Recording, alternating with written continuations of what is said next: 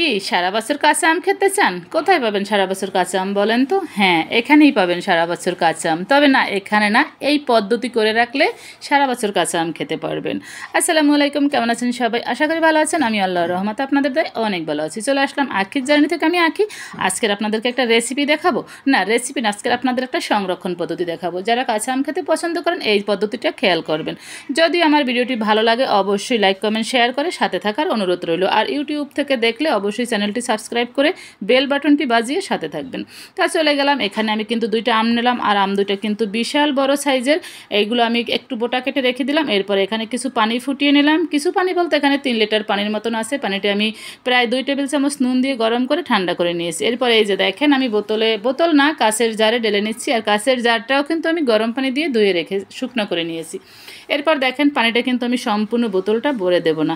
এই যে আমি দুইটা আম নিয়েছিলাম না, সেটা সুন্দর করে কেটে নিয়েছি, একটা ছোলা সহ আর একটা নিয়েছি ছোলা ছাড়া। তবে আমি দুইটা দুই রকমই রাখবো। তো এখানে প্রথম ছোলা ছাড়াগুলো কিন্তু আমি এই যে পানিটা কিন্তু একদম ঠান্ডা করে নিতে হবে, আর জারগুলো গরম পানি দিয়ে ধুয়ে শুকিয়ে নেবেন।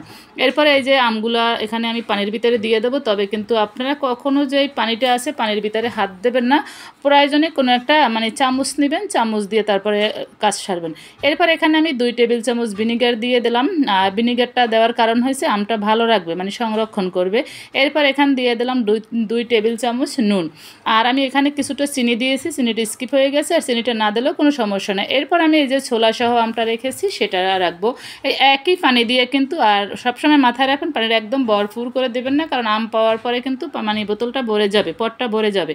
তো এখানে আমি ছোলা সহ যে আমগুলো কেটেছি সেগুলো কিন্তু একই পদ্ধতিতে দিয়ে দেবো। আবার সব সময় মনে রাখতে হবে পানিটা একদম সম্পূর্ণ ঠান্ডা করে নিতে হবে, এবং পানির ভিতরে হাত লাগানো যাবে না।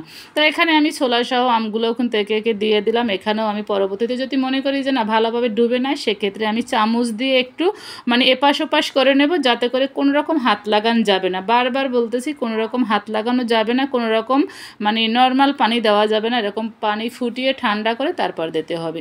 এরপর এই যে দেখেন কাঁচা ছোলা আম সহ আমগুলো যে সেটাও দেওয়া হয়ে গেছে। এরপর এখানেও আমি 2 টেবিল চামচ ভিনিগার দিয়ে দেব।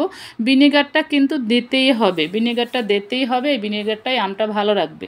এরপর আমি এখানেও দিয়ে দেবো কিছুটা নুন। কিছুটা বলতে এখানে প্রায় 2 টেবিল চামচের মতন দিচ্ছি, আর পানিতেও কিন্তু বড় বড় 2 টেবিল চামচ নুন দেয়া আছে।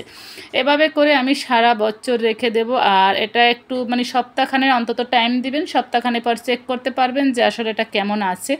তবে বারবার চেক না করাই ভালো। যখন খাবেন আপনি তখন এটা খাবেন কিছুদিন রেখে। যেমন 6 মাস বা 8 মাস, 9 মাস, 1 বছর এরকম কিন্তু রাখা যাবে, কোনো রকমের নষ্ট হবে না। তবে বারবার বলবো পানিটা কিন্তু ঠান্ডা করে রাখতে হবে।